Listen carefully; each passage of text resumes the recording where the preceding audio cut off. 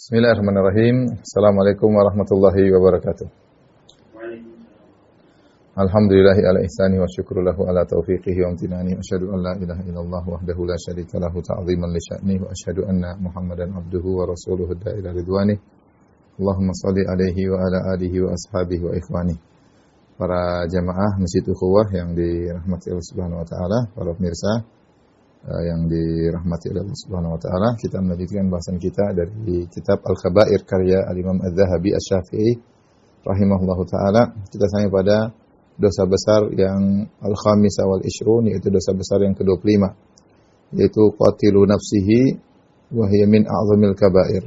Kata Imam Adz-Dzahabi, yaitu seorang bunuh dirinya, dan ini termasuk dosa-dosa paling besar, termasuk dosa-dosa paling besar. Telah datang banyak peringatan baik dalam Al-Quran maupun hadis-hadis tentang bahayanya dosa membunuh diri. Dan dosa bunuh diri menunjukkan terkumpul padanya banyak hal. Di antaranya menunjukkan dia putus asa atas rahmat Allah Subhanahu wa taala, dan putus asa dari rahmat Allah merupakan dosa tersendiri, ya. Al-qunut min rahmatillah. La tayasu min rauhillah innahu la yayasu min rauhillahi illa al-qaumul kafirun. Ya, janganlah kalian putus asa dari rahmat Allah. Sungguhnya yang putus asa dari rahmat Allah hanyalah orang kafir. Kemudian antaranya bentuk tidak sabar, ya, tidak sabar dengan takdir Allah Subhanahu wa taala, ya. Sehingga dia ingin membunuh dirinya, ya. Sebenarnya pada hakikatnya seorang yang membunuh diri, dia ingin terlepas dari kesulitan yang dihadapi, yang dia merasa tidak kuat menghadapinya, ya. Dan bukan dia kemudian bebas dari keburukan tersebut, justru dia berpindah pada kondisi yang lebih parah, ya. Dia akan berpindah kepada alam barzakh yang di situ kondisinya lebih menyakitkan, azab, ya, bagi para pelaku dosa besar di alam barzakh. Belum lagi kalau di akhirat kelak, kecuali diampuni oleh Allah Subhanahu wa taala. Kecuali kalau diampuni oleh Allah Subhanahu wa taala. Allah Subhanahu wa taala berfirman sebagaimana dibawakan oleh Imam Adz-Dzahabi, firman Allah Subhanahu wa taala surat An-Nisa, ya, ayat 29, kata Allah, "Wa la taqtulu anfusakum innallaha kana bikum rahima. Wa may yaf'al dzalika udwanan wa dzulman fasawfa nuslihi naran wa kana dzalika 'ala Allah yasira." Kata Allah Subhanahu wa taala, janganlah kalian bunuh jiwa kalian. Sungguhnya Allah sangat sayang kepada kalian. Wa may yaf'al dzalik, barang siapa yang melakukan hal tersebut, udwanan wa zulman, karena melampaui batas dan kemudian karena zalim, ya, maka, ya, fasawfa nuslihi naran, maka dia akan dimasukkan dalam neraka Jahannam, ya, akan masuk dalam neraka Jahannam. Wa kana dzalika 'ala Allah yasira, dan itu sangat mudah bagi Allah Subhanahu wa taala. Jelas dalam ayat ini Allah buka tentang larangan bunuh diri, kemudian Allah mengingatkan sebabnya, ya, karena innallaha kana bikum rahima. Allah sayang kepada kalian. Kenapa kalian bunuh diri? Yaitu jangan putus asa dari rahmat Allah Subhanahu wa taala. Hidup ini ada ujian, ya. Namun demikianlah sebagian orang karena kurangnya iman terkadang bunuh diri pada hal-hal yang sepele, ya. Kita dengar hal-hal sepele, gantung diri lah, minum baygon lah, ya. Karena tadi iman kepada takdir kurang. Ini menunjukkan iman kepada takdir, bahwasanya hidup ini adalah medan ujian. Sehingga ada permasalahan sedikit kemudian bunuh diri. Ada yang gara-gara ribut sama suaminya langsung minum baygon, ya. Ada yang gara-gara ketahuan misalnya ketahuan melakukan sesuatu yang buruk, narkoba atau yang lainnya, kemudian hendak bunuh diri, ya. Kayaknya ingin selesai dari problematika, jalan satunya adalah bunuh diri, ya. Terkadang ada sebagian yang konyol yang bunuh diri untuk menjengkelkan orang lain. Dia bunuh dirinya, kemudian dia shooting dirinya, kemudian dia perlihatkan, terkadang untuk menjengkelkan ayah dan ibunya, sebagaimana terjadi di negara-negara barat, ya. Apalagi kalau kita bicara tentang bunuh diri di negara-negara kafir, wah, tingkat bunuh diri sangat tinggi. Mau di Jepang, mau di Korea, mau di banyak hal, gara-gara sepele, ya, tidak belajar tentang masalah hakikat takdir, ya. Takdir bahwasanya Allah Subhanahu wa taala mentakdirkan perkara-perkara yang berat sebagai ujian bagi hamba-hambanya, ya. Oleh karenanya seharusnya orang muslim adalah orang yang paling kuat, yang jauh dari sikap bunuh diri. Orang yang bunuh diri biasanya imannya kurang ya, karena kurang kurang mendalami tentang Islam itu sendiri. Tapi kalau kita lihat angka bunuh diri di negara-negara kafir, apalagi negara-negara ateis, maka tingkat bunuh diri di sana sangat tinggi ya. Allah mengatakan innallaha kana bikum rahim. Sungguhnya Allah sayang kepada kalian. Ya. Wa may yaf'al dzalika, siapa yang melakukannya karena melanggar hak atau berbuat zalim, fasawfa nuslihi nara, kami akan masukkan dia ke dalam neraka, menunjukkan dosa besar, akan dimasukkan dalam neraka. Ancaman khusus terhadap orang yang bunuh diri. Wa kana dzalika 'ala Allah yasir, mudah bagi Allah untuk masukkan orang dalam neraka jahanam. Kemudian juga firman Allah Subhanahu wa taala menunjukkan bahwasanya bunuh diri adalah dosa besar. Ya, Allah Subhanahu wa taala berfirman, "Walladzina la yad'una ma'allahi ilahan akhar wa la yaqtuluna nafsa allati harramallahu illa bil haqq." Dan orang-orang yang tidak berbuat syirik kepada Allah, tidak berdoa kepada selain Allah, wa la yaqtuluna nafsa allati harramallahu illa bil haqq, dan tidak membunuh jiwa yang diharamkan untuk dibunuh kecuali memang ada haknya. Di antara dosa besar adalah membunuh jiwa yang diharamkan untuk dibunuh. Kalau membunuh jiwa yang boleh dibunuh, ya boleh, misalnya membunuh kisah orang yang telah membunuh orang lain maka dibunuh juga, maka yang diperbolehkan. Ya, misalnya perampok dibunuh, boleh, ini jiwa yang boleh dibunuh ya. Atau orang yang berzina padahal sudah menikah ditegakkan hukum had untuk dirajam, ini boleh. Tapi kalau jiwa yang tidak boleh dibunuh kemudian dibunuh, maka ini adalah dosa besar. Ya, makanya dalam ayat selanjutnya dalam surat Al-Furqan tadi, wala yaznun wa may yaf'al dzalika yalqa athama, barang siapa melakukan hal ini, berbuat syirik dan membunuh jiwa yang haram untuk dibunuh, berzina, yalqa athama, dia akan mendapatkan dampak dari dosanya, yudha'af lahul adzabu yaumal qiyamah, maka dia akan diazab dalam azab, dilipat gandakan azabnya pada hari kiamat, wa yakhlud fihi muhana, dan kekal di dalamnya. Illa man taba, kecuali yang bertaubat.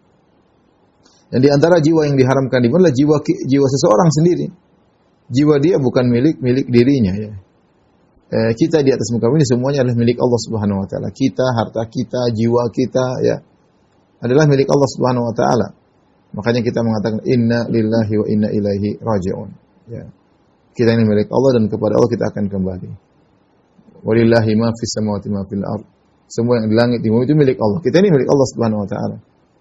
Bukan, jangan sampai kita berpikir ini kan jiwa saya, ini harta saya, bebas saya melakukan sesukanya. Tidak.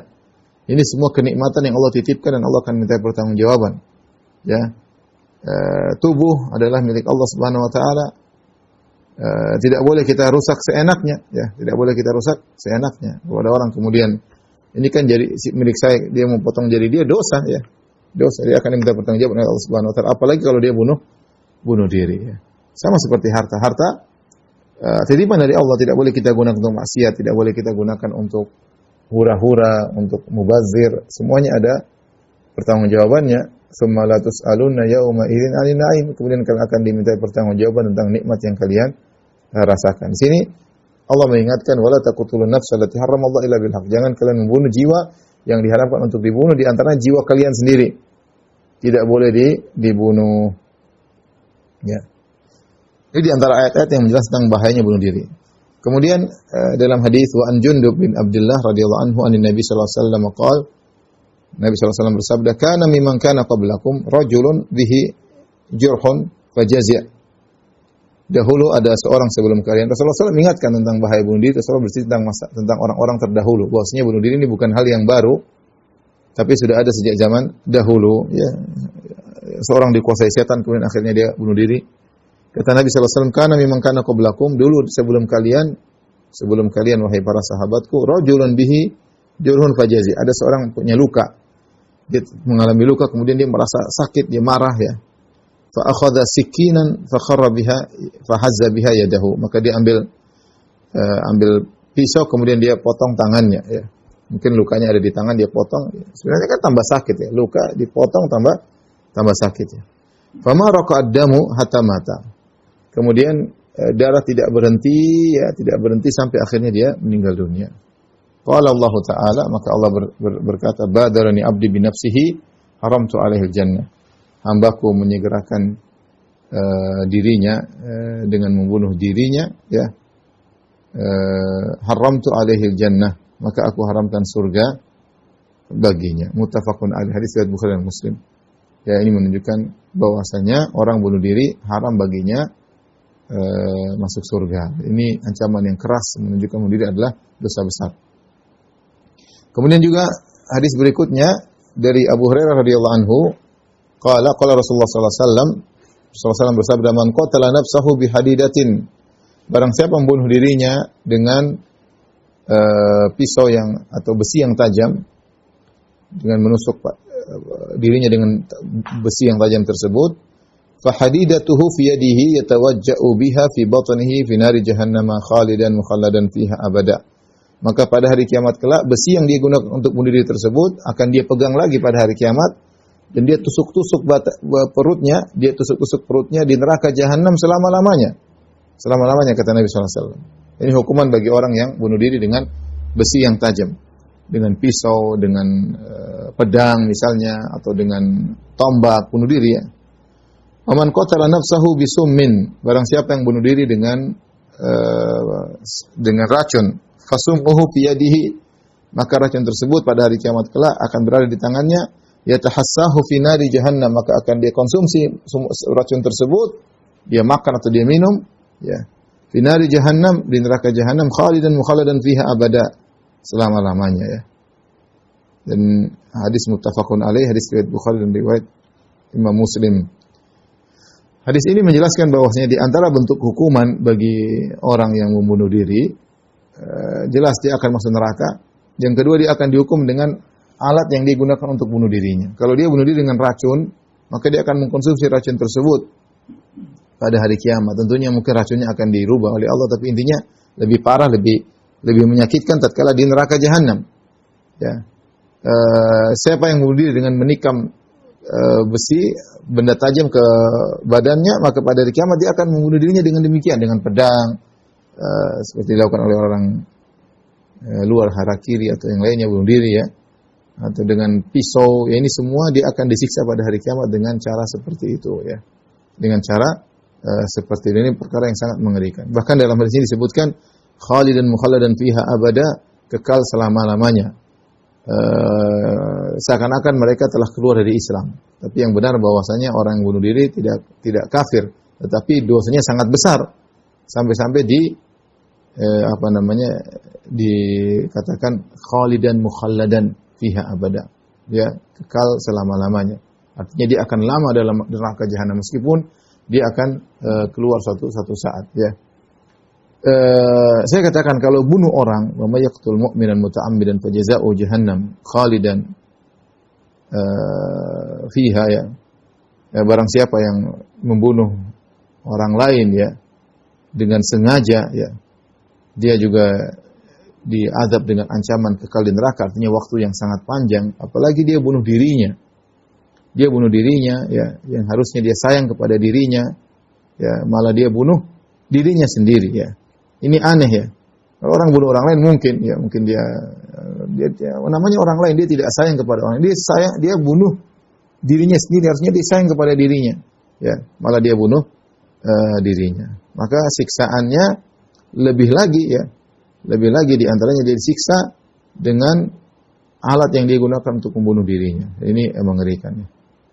Bayangkan orang yang bunuh diri misalnya dengan minum racun, yang konsumsi racun, dia akan siksa dengan apa yang dia konsumsi tersebut.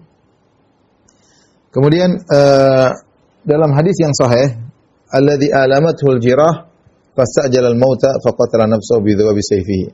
Kemudian dalam hadis yang sahih tentang kisah seorang yang dia sakit dengan luka yang dia rasakan, maka dia pun segera mati dengan dia menegakkan bi dhawabi sayfihi, dia menegakkan pedang yang tajam, kemudian tekankan dadanya, kemudian dia menendihkan tubuhnya, akhirnya meninggal dunia. Kata Nabi, huwa min ahlin nar, dia termasuk dari neraka jahanam. Ini Rasulullah ucapkan tentang seorang yang kalau tidak salah namanya Kuzman, ya, yang dia hebat, ya, dalam berperang. Ini salah seorang mungkin dari munafik atau yang lainnya, ya. Dia berperang dan para sahabat kagum dengan kehebatan perangnya, ya. karena dia begitu hebat dalam berperang, membunuh banyak orang-orang dalam perang Uhud. Tapi Nabi mengatakan huwa min ahlinnar, dia di neraka. Maka para sahabat sebagian sahabat heran, maka dia ikuti orang ini. Ternyata benar di penghujung kisah orang ini ternyata dia terluka. Dan terluka dia tidak kuat menahan rasa sakit luka, mungkin badannya sekujur tubuh penuh dengan luka, dia tidak kuat. Makanya dia memilih untuk bunuh diri, untuk menyelesaikan rasa sakitnya. Dia pasang pedang, kemudian dia tancapkan dirinya, kemudian dia pun mati ya. Kemudian dia mati, maka ini dosa besar, maka Nabi mengatakan huwa min ahlin nar. Padahal dia baru saja berjihad. Ya.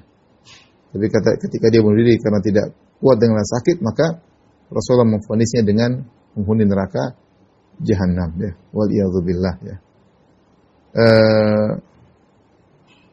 Kemudian hadis yang terakhir yang dibawakan oleh Az-Zahabi, an Yahya bin Abi Katsir an Abi Qilabah an Sabit bin Ad-Dhahhak an Nabi sallallahu alaihi wasallam, Nabi sallallahu alaihi wasallam berkata, la'nul mu'min ka qatlihi wa man qadhafa mu'minan bi kufrin fa huwa ka qatilihi wa man qatala nafsahu bi syai'in adzabahu Allahu bihi yaumal qiyamah. Melaknat seorang mukmin seperti membunuhnya, dan barang siapa menuduh seorang mukmin lain dengan kekufuran, maka dia seperti membunuh orang tersebut. Wa man qatala nafsahu bi syai'in, jadi patokan kita hadis yang lafal yang terakhir, barang siapa yang membunuh dirinya bi syai'in dengan suatu, adzabahu Allahu bi yaumil qiyamah, maka Allah akan mengadabnya pada hari kiamat dengan suatu tersebut.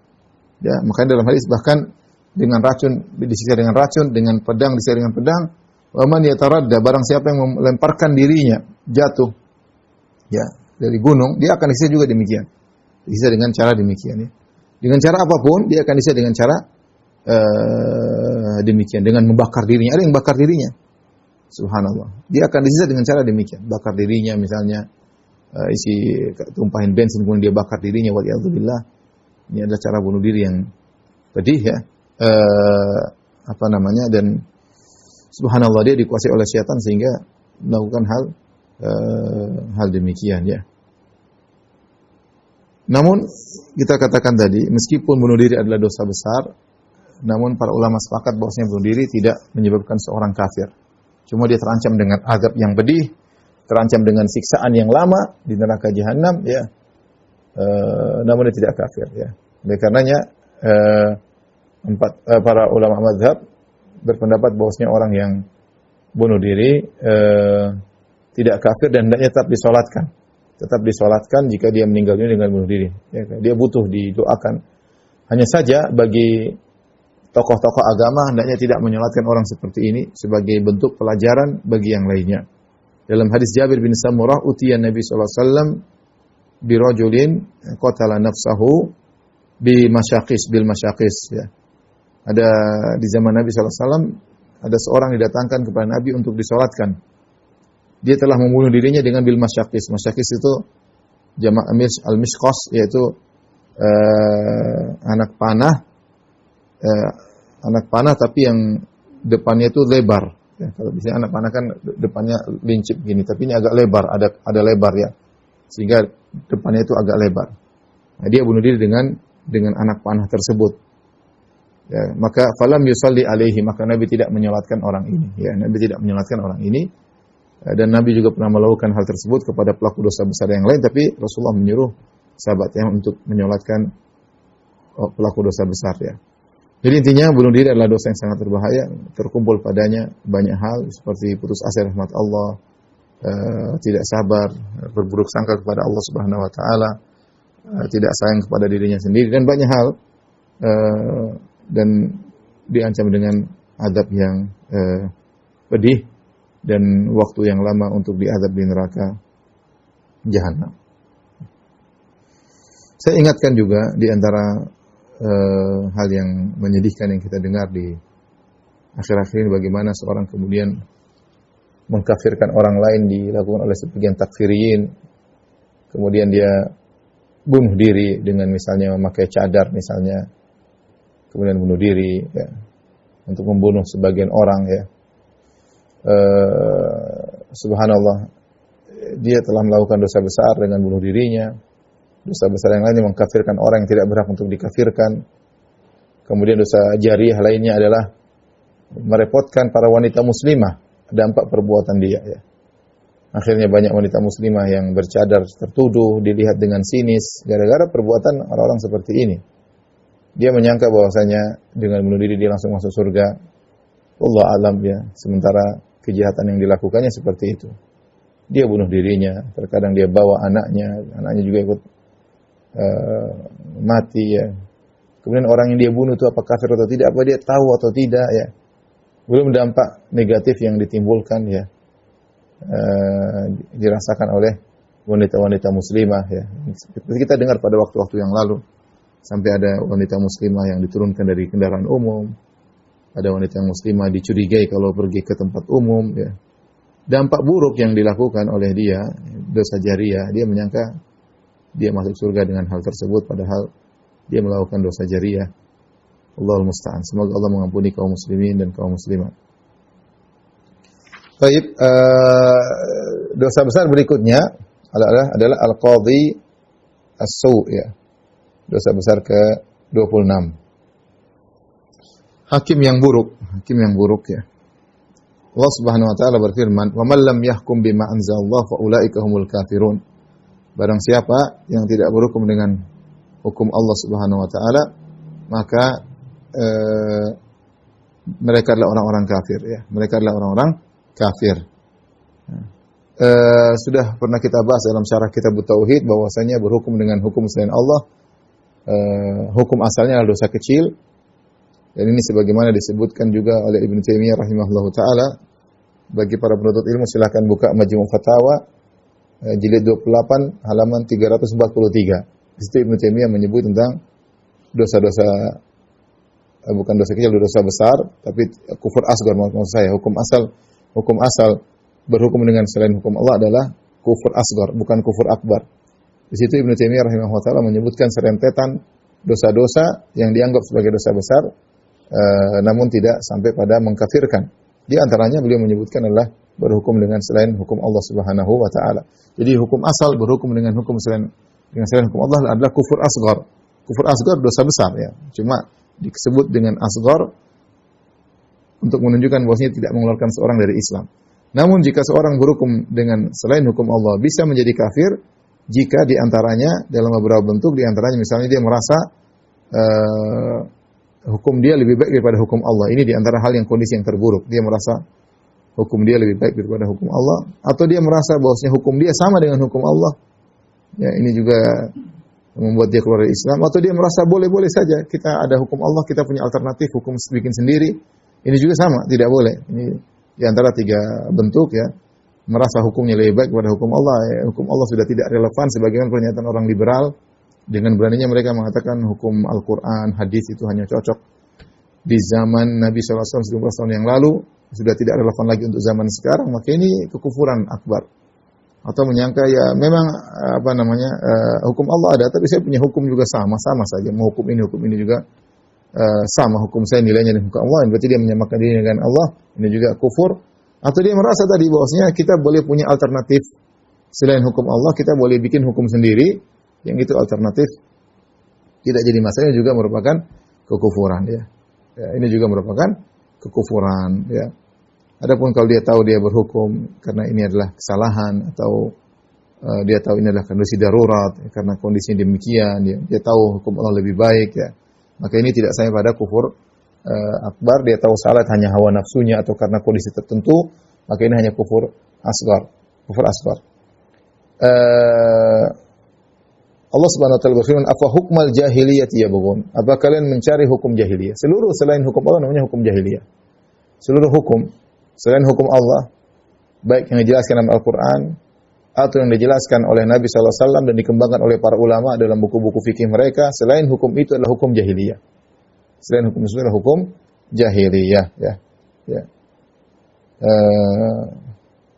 Allah juga berfirman, "Innal ladzina yaktumuna man anzalna minal bayyinati wal huda min ba'di ma bayyanahu lin-nasi fil kitabi ulaik yal'anuhumullah wa yal'anuhumul la'inun." Sungguhnya orang-orang yang menyembunyikan apa yang telah kami turunkan dari penjelasan dan petunjuk setelah kami jelaskan kepada manusia dalam Alkitab ya, baik dalam Al-Qur'an maupun Taurat maupun Injil, kemudian dia seorang sengaja menyembunyikan hukum Allah setelah jelas, ulaika yal'anuhumullah. Mereka itulah orang-orang yang dilaknat oleh Allah, wa yal'anuhumul la'inun, dan dilaknat oleh orang-orang yang melaknat. Ini mengisyaratkan kepada qadhi, hakim. Hakim, ya, dia bisa terjerumus dalam berbagai macam dosa besar. Pertama, dia berhukum dengan hukum selain Allah Subhanahu wa taala. Dia terjerumus dalam dosa besar. Ya. Berarti dia berhukum dengan hukum jahiliyah. Kemudian yang kedua, atau dia menyembunyikan kebenaran. Dia tahu hukumnya tapi dia sembunyikan. Ya. Ya, maka ini juga terlaknat. Ya. Terlaknat. Ya. Kemudian Az-Zahabi membawakan suatu hadis. Ya. Diriwayatkan Al-Hakim dalam sahihnya dengan isnad la ardahu ana. Kata Al-Hakim, kata Az-Zahabi, Al-Hakim membawakan hadis dalam sahihnya tapi isnadnya saya tidak ridai. Ya, isnadnya saya tidak ridai. Artinya menurut Az-Zahabi isnadnya adalah dhaif. Makna hadis tersebut isinya dari Talha bin Ubaidillah anin Nabi sallallahu alaihi wasallam, dari Nabi sallallahu alaihi wasallam berkata, la yaqbalullah salata imamin hakama bi ghairi anzalallah. Allah tidak menerima salatnya imam yang berhukum dengan selain hukum Allah. Allah tidak menerima salatnya imam yang berhukum dengan selain hukum Allah. Namun hadis ini didhaifkan oleh Az-Zahabi rahimahullahu taala.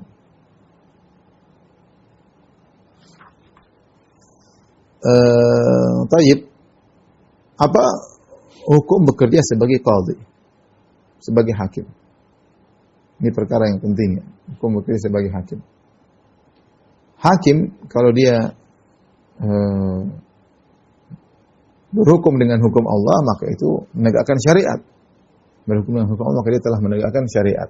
Dan itu yang dituntut bagi para hukam, para qudat, para qadhi-qadhi, para hakim-hakim yang ada di negeri-negeri kaum muslimin untuk berusaha berhukum dengan hukum Allah Subhanahu wa taala. Itu yang kedua, hakim yang berhukum dengan selain hukum Allah dan dia ridha, dia sengaja berhukum dengan hukum Allah bukan hukum jahiliyah, maka dia melakukan dosa besar. Ya, dengan tadi kita jelaskan, kecuali kalau dia merasa hukum dia seperti hukum Allah, maka dia terjerumus dalam kekufuran, kufur akbar, atau dia merasa lebih baik hukumnya daripada hukum Allah, ini lebih parah lagi, atau dia merasa boleh alternatif. Ya, ini pakai hukum sendiri boleh, tidak usah pakai hukum Allah, ini juga sama. Dosa kufur akbar. Tapi hukum asalnya berhukum dengan selain Allah, dengan hukum selain Allah adalah al-kufur asgar, dosa besar, tapi dia kufur kecil. Ini kondisi kedua. Kondisi ketiga, dia berhukum dengan selain hukum Allah, tapi dalam rangka untuk taklilu syarr, dalam rangka untuk mengurangi kemudaratan. Dia tahu hukum dia ini salah, ya. Dia tahu, tapi dia bekerja di suatu negara yang hukumnya bukan hukum Allah Subhanahu wa taala. Kalau dia tidak tegakkan sebisa mungkin, maka akan terjadi kezaliman yang lebih parah. Ya. Hak-hak orang akan diambil, akan terzalimi, terbengkalai dan yang lainnya, maka dia berusaha untuk berhukum meskipun dia tahu ini hukum bukan selain hukum Allah, tapi dia berusaha mendekatkan kepada hukum yang lebih benar. Mimbab taklilus syarr, dalam rangka untuk meminimalkan kemudaratan, dan ini mudah-mudahan didapat pahala. Ini disebutkan oleh Ibnu Taimiyah dalam kitabnya Siyasah Syar'iyyah dan juga disyarah oleh Syekh Utsaimin rahimahullahu taala. Makanya saya ingatkan bagi saudara-saudaraku yang kebetulan menjadi hakim, dia harus tahu hukum Allah seperti apa, sehingga ketika dia berhukum, dia berusaha mengarahkan kepada hukum Allah Subhanahu wa taala. Adapun hakim yang tidak tahu hukum syariat, tidak tahu hukum Allah, kemudian nekat masuk menduduki jabatan hakim, ini perbuatan konyol, perbuatan yang mengantarkan dirinya kepada penderitaan di akhirat kelak, ya.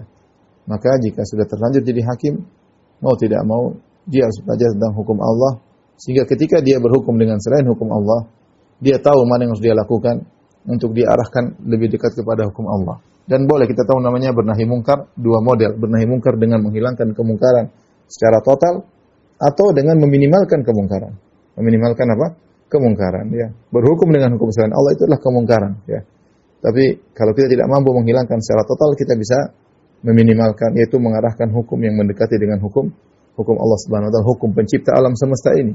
Adakah ya lebih baik daripada hukum yang ditetapkan oleh pencipta alam semesta ini, yang maha berilmu, yang maha mengetahui, yang maha tahu maslahat, Ya, adakah yang merasa bahwa hukum dia lebih baik daripada hukum pencipta alam semesta ini?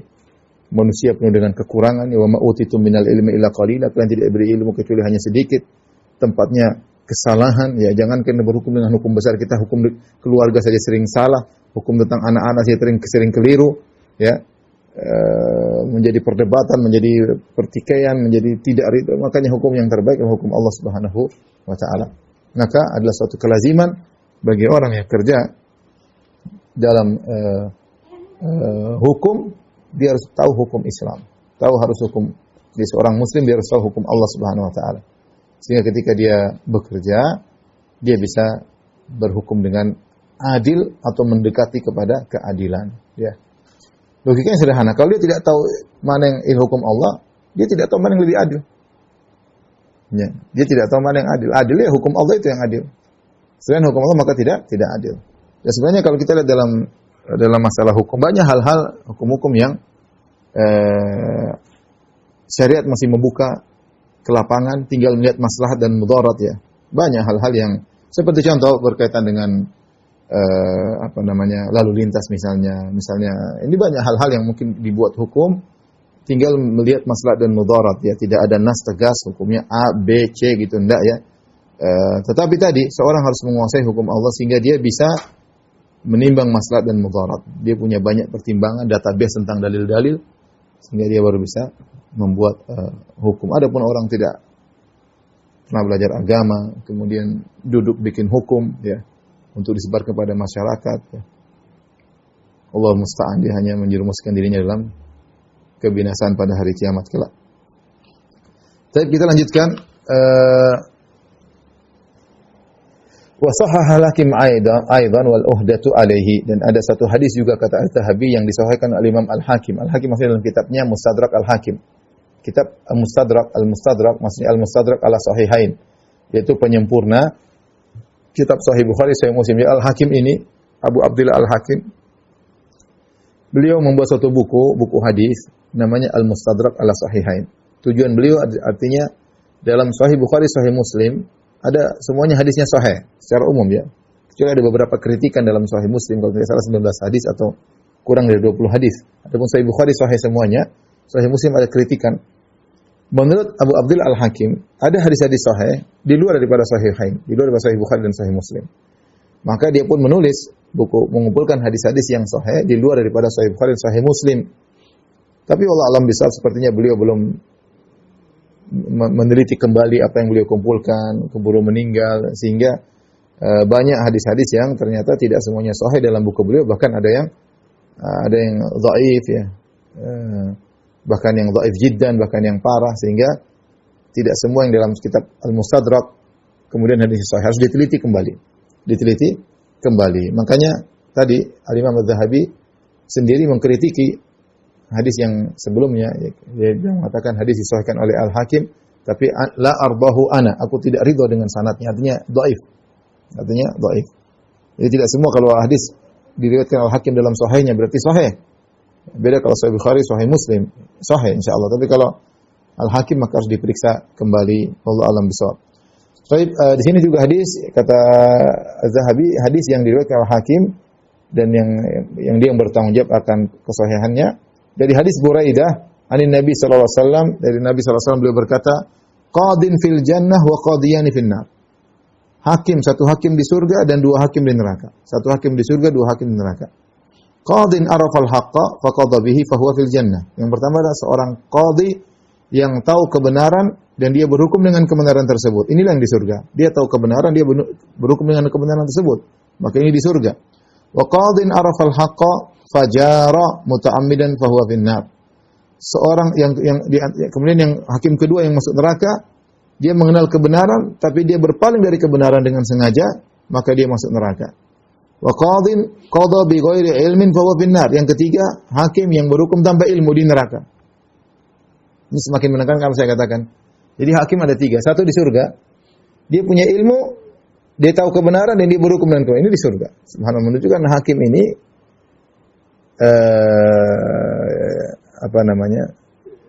sangat di persimpangan, ya, persimpangan antara surga dan neraka. Dia sangat mudah masuk surga kalau dia ternyata adil, karena dia memutuskan permasalahan-permasalahan masyarakat. Hak-hak tentang masalah keuangan, tentang nyawa orang, tentang ini banyak hal dia mengerikan ya. Kalau dia adil, maka dia akan masuk surga. Mudah ya. Tapi kalau dia nggak adil, maka dia sangat mudah masuk neraka jahanam. Ya. Di antara bentuknya dia tahu kebenaran, dia sembunyikan, dia berpaling dari kebenaran, maka di neraka jahanam. Ini hakim kedua di neraka. Hakim yang ketiga di neraka adalah yang berhukum tanpa ilmu. Dia berhukum tanpa ilmu. Ya, bagaimana dia mau tahu kebenaran kalau dia tidak punya ilmu? Makanya saya bilang tadi, wajib bagi orang menduduki jabatan sebagai hakim, wajib bagi dia untuk punya ilmu tentang syariat. Wajib. Ya. Wajib. Sekarang saja orang yang sekolah hukum harus belajar ilmu waris ya. Meskipun dia harus belajar ilmu waris, meskipun dia sekolah di bukan sekolah Islam, dia belajar ilmu waris karena dia mungkin akan berhadapan dengan permasalahan kasus warisan yang ingin dihukum secara Islami. Makanya seorang yang hakim harus dia ngerti tentang hukum-hukum Islam, dia harus belajar semakin nambah ilmunya sehingga database dia untuk menentukan satu hukum semakin ahli, semakin tahu mana yang menuju kebenaran, sehingga dia bisa hukum dengan baik ya. Dengan baik. Ya. Ini menunjukkan bahaya menjadi hakim kalau tidak adil atau tidak punya ilmu. Ya. Jangankan orang-orang biasa, dahulu para ulama disuruh jadi hakim banyak yang kabur, tidak mau. Banyak yang ulama kita baca sejarah mereka tidak mau diangkat jadi hakim. Ya, karena kita ngurusin urusan orang. Ini kamu dapat, ini enggak dapat. Ini duit kamu yang dapat, ini kamu harus bertanggung jawab. Oh, banyak urusan, enggak gampang. Bagaimana nanti hisab pada hari kiamat kalau kita salah berhukum, kita sengaja untuk menjatuhkan hak orang lain dan macam-macamnya, orang akan nuntut kita pada hari kiamat. Mengerikan. Dulu para ulama saja kabur dari jabatan sebagai hakim karena ketakutan ngerinya jadi seorang hakim ya. Maka kemudian kata Az-Zahabi, qultu, kata Az-Zahabi, fa kullun man qada bi ghairi ilmin fa kullu man qada bi ghairi ilmin wala bayyinah min Allah wa rasulih ala ma yaqdi bihi fa huwa dakhilun fi hadzal wa'id. Semua yang berhukum tanpa ilmu, tanpa bayinah, penjelasan dari Allah dan Rasulnya, ala ma yaqdi bihi, dalam hukumnya tersebut, maka dia masuk dalam hadis ini, ancaman ini. Jadi kalau ada hakim-hakim yang tidak tahu syariat Allah, maka langsung masuk dalam hadis ini, di neraka. Di neraka. Waliyadzubillah ya. Di neraka. Maka saya katakan tadi, kita sudah sebutkan ada jenis ketiga hakim yang dia tidak bisa berhukum dengan hukum Allah karena terjebak dengan peraturan ya. Tapi dia berusaha untuk mengecilkan kemudaratan. Dia berusaha mengecilkan kemudaratan, itu berusaha berhukum dengan hukum yang mendekati hukum Allah Subhanahu wa taala. Ini dapat pahala insyaallah. Tapi tidak mungkin dia bisa melakukan demikian kecuali dia mengenal apa itu hukum Allah. Syariat seperti ini sebenarnya bagaimana? Dia tahu syariatnya sehingga dia bisa berhukum mengarah kepada syariat. Tapi kalau dia nggak ngerti sama sekali syariatnya bagaimana dia bisa mengarah kepada hukum yang lebih tepat. Kemudian kata Az-Zahabi, rawa Syarik anil A'mash an Sa'ad bin Ubaidah an Ibni Buraidah an Abihi, dari Buraidah juga qala Rasulullah sallallahu alaihi wasallam bersabda, qadiyani fin nar wa qadin fil jannah. Dua hakim di neraka dan satu hakim di surga. Wa dzakara al-hadits. Ya, kemudian hadis tersebut yang sama dengan hadis sebelumnya. Qalu fama dzambul ladzi yajhal. Nabi ditanya, yang tidak punya ilmu kenapa juga masuk neraka? Ya. Zambu alla yakuna qadhin hatta ya'lam. Dosanya dia kenapa dia jadi qadhi? Harusnya kalau jadi qadhi, jadi hakim harus punya ilmu dulu baru jadi qadhi. Gimana enggak punya ilmu kemudian mereka jadi qadhi, itu dosanya. Seharusnya kan kalau nggak tahu, nggak apa-apa, harusnya demikian. Tapi sekarang kamu nggak tahu, tapi kamu hukumi harta orang, hukumi nyawa orang, hukumi di penjara atau tidak. Sebenarnya kau nggak punya ilmu, gimana kau nekat jadi qadhi?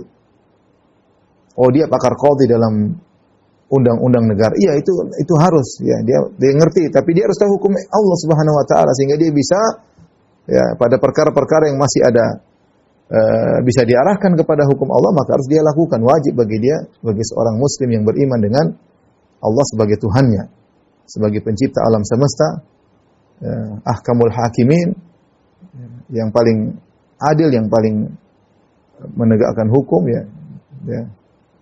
Maka dia harus mengerti sehingga dia bisa mengarahkan hukum kepada yang lebih tepat jika dia tidak mampu berhukum dengan hukum yang tepat. Kata Zahabi, isnaduhu qawi, isnadnya kuat. Ya. Aqwa minhu hadithu Ma'qil bin Sinan, dan ada hadis yang lebih kuat kata Az-Zahabi, yaitu hadis Ma'qil bin Sinan radhiyallahu anhu anin Nabi sallallahu alaihi wasallam, dari Nabi sallallahu alaihi wasallam beliau berkata, "Ma min ahadin yakunu ala syai'in min umuri hadhihi al-ummah fala ya'dilu fihim illa kabahullahu fin nar." Tidaklah seorang pun ya, yang berada dalam suatu perkara dari urusan-urusan umat ini, kemudian dia tidak adil dalam urusan umat, kecuali kabbahullahu finnar, Allah akan menjerumuskan wajahnya dalam neraka jahanam. Allah akan menjungkrakkan dia dalam neraka jahanam. Ini waliyadzubillah mengerikan. Kalau kita masalah-masalah berkaitan dengan masyarakat, masalah hak mereka, semua harus bertakwa kepada Allah Subhanahu wa taala.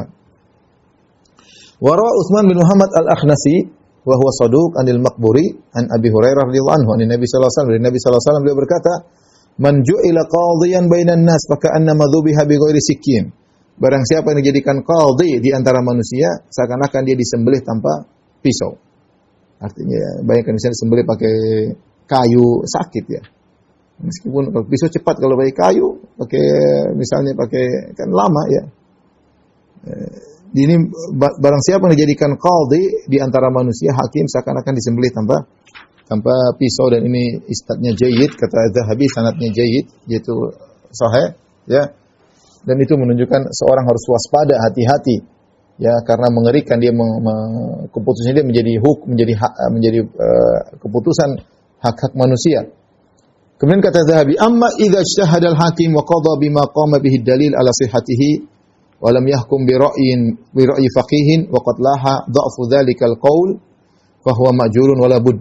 Adapun jika seorang hakim sudah bersungguh-sungguh, dia sudah punya ilmu, dia bersungguh-sungguh, dan dia berhukum dengan dalil yang dia miliki, dan dia tidak mengikuti pendapat seorang ahli fikih misalnya, tapi dia punya dalil yang kuat, dan dia tahu pendapat ahli fikih tersebut lemah, maka dia insya Allah dapat pahala, dan pasti dapat pahala, kata Az-Zahabi. Intinya harus berhukum dengan ilmu. Harus berhukum dengan ilmu, meskipun terkadang menyelisih mazhab tertentu ya. Kalau dia tahu ilmunya benar, tidak ada masalah, dan dia pasti dapat pahala. Liqaulin Nabi sallallahu alaihi wasallam, berdasarkan hadis Nabi sallallahu alaihi wasallam, "Idza syahada al-hakim fa asaba falahu ajran." Jika seorang hakim berijtihad bersungguh-sungguh ya untuk menghukum dengan yang benar, fa asaba, ternyata benar, falahu ajran, maka dia mendapatkan 2 pahala. Wa in syahada fa akhta'a, kalau dia ternyata salah, kalau dia sudah berijtihad fa akhta'a, kemudian dia salah, falahu ajr. Meskipun salah tetap dapat 1 pahala karena dia sudah berusaha untuk mengenal kebenaran. Intinya seorang berusaha di atas ilmu dan berusaha mengenal kebenaran. Farattaba Nabi sallallahu alaihi wasallam al-ajra idza ijtahada fil hukm. Maka Nabi sallallahu alaihi wasallam menyatakan ada pahala bagi hakim yang sudah bersungguh-sungguh mengenal hukum yang benar. Fima idza kana muqallidan fima yaqdi bihi falam yadkhul fil khabar. Adapun jika dia hanya taklid dan dia ikut-ikutan tanpa bersungguh-sungguh, maka dia tidak masuk dalam hadis ini. Wa yahrumu 'alal qadhi an yahkuma wa huwa ghadban. Dan haram bagi hakim untuk berhukum dalam kondisi marah. La siyama minal khasam, apalagi kalau dia marah terhadap musuh ya. Ini tidak boleh dia berhukum karena dia pasti sulit untuk bersikap berhukum adil kalau dia marah. Dia harus tenang dulu baru dia berhukum. Kalau dia berhukum dalam kondisi marah, hukumnya tidak diambil dalam kondisi marah.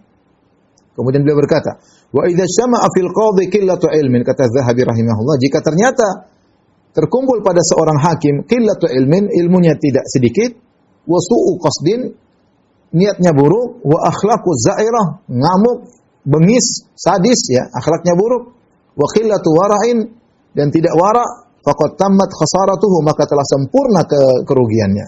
Wa wajaba alaihi an ya'zila nafsahu, wajib bagi dia untuk melengsarkan dirinya dari majelis hakim, wa yubadiru bil khalasi minan nar, dan segera menyelamatkan dirinya dari neraka jahanam. Perkataan yang mengerikan diucapkan oleh seorang alim bermadzhab Syafi'i. Dibilang kalau hakim terkumpul udah enggak punya ilmu tentang agama, niatnya buruk, hanya pengin duit saja, pengin kaya saja, kemudian apalagi akhlaknya kasar, kasih hukum kenceng-kenceng, sangar, tidak punya wara, ya, asal ngomong, maka telah sempurna kerugiannya. Makanya yang menakjubkan kalau kita di Madinah, jadi hakim itu imam Masjid Nabawi. Imam Masjid Nabawi itu hakim, ya. Syekh Shalal Al-Budair hakim, Syekh Abdul Muhsin Al-Qasim hakim, ya. Di antaranya Syekh Husain Al-Utsaimin hakim. Imam Masjid Nabawi itu rata-rata hakim. Ya, rata-rata hakim. Artinya tidak sembarang orang dijadikan hakim. Orang yang punya takwa, ya. Yang dia tahu dia sedang berhukum, ini hak orang, ini dapat hak atau tidak, bersungguh-sungguh, ya. Karena saya sering masuk di mahkamah karena ada urusan-urusan penterjemahan, ya. Jadi saya kadang ketemu dengan mereka, kadang saya ada permasalahan di hadapan mereka.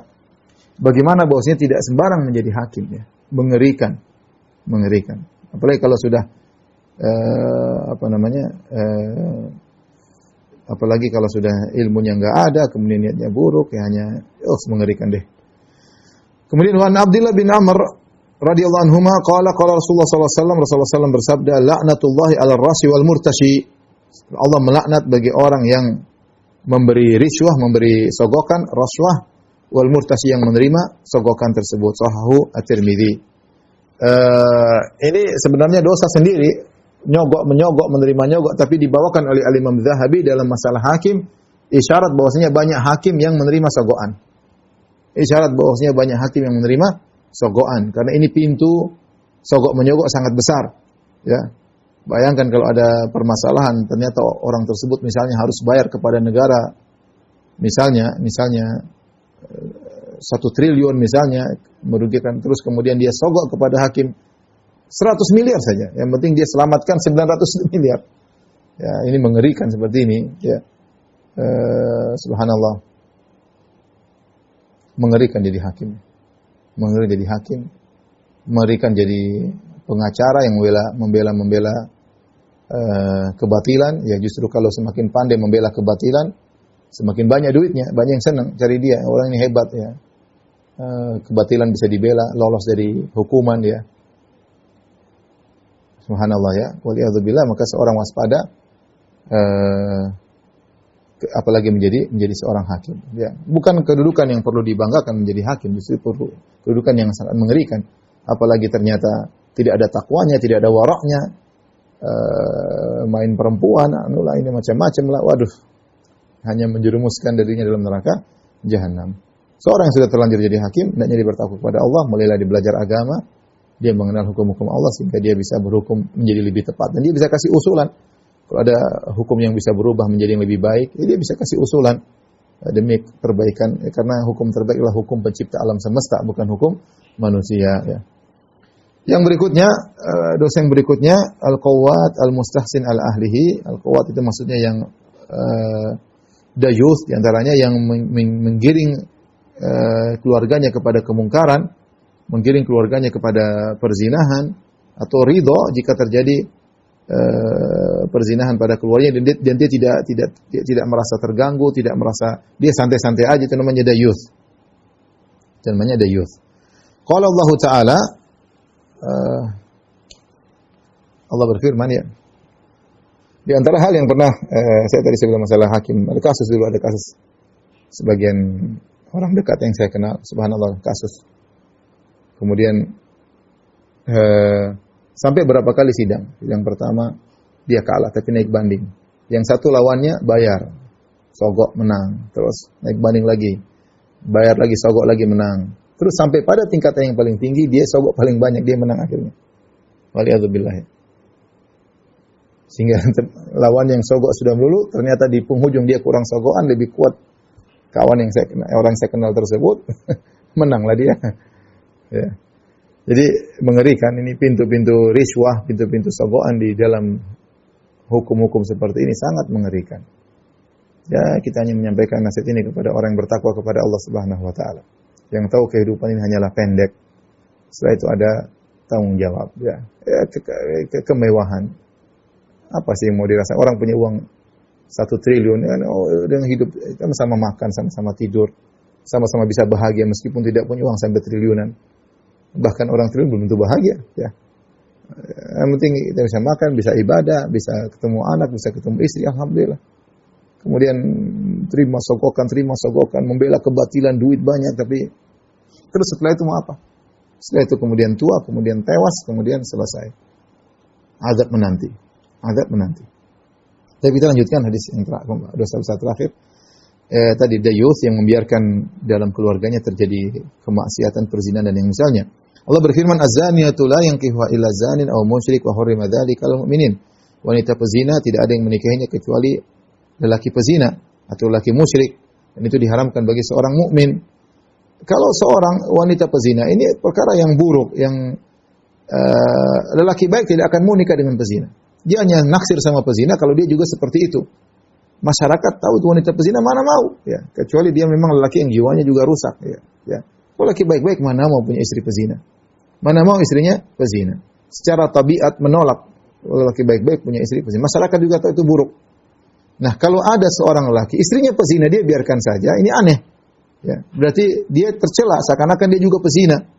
Ya, karena Allah mengatakan az-zaniyatu la yankihuha, wanita pezina tidak nikahi kecuali lelaki pezina juga atau lelaki musyrik. Nah, kalau seorang laki-laki tahu istrinya suka berzina dan dia biarkan saja, wali'adzubillah, maka ini laki-laki juga pezina sebenarnya, ya. Laki pezina. Dari Sulaiman bin Bilal an Abdullah bin Yasar al-A'raj qala haddatsana Salim bin Abdullah an abihi an Nabi sallallahu alaihi wasallam qala Rasulullah sallallahu alaihi wasallam bersabda, "Thalathatun la yadkhulul jannata al-aqu li walidayhi." Tiga orang tidak masuk surga. Yang pertama, anak yang durhaka kepada kedua orang tuanya, wa dayuth, dan dayuth yang tadi itu seorang yang membiarkan kemungkaran terjadi dalam keluarganya, di rumahnya ada anaknya berzina, istrinya berzina, dia biarin aja. Wa rajulatun nisa, dan orang-orang yang mengikuti-ikuti wanita, ya.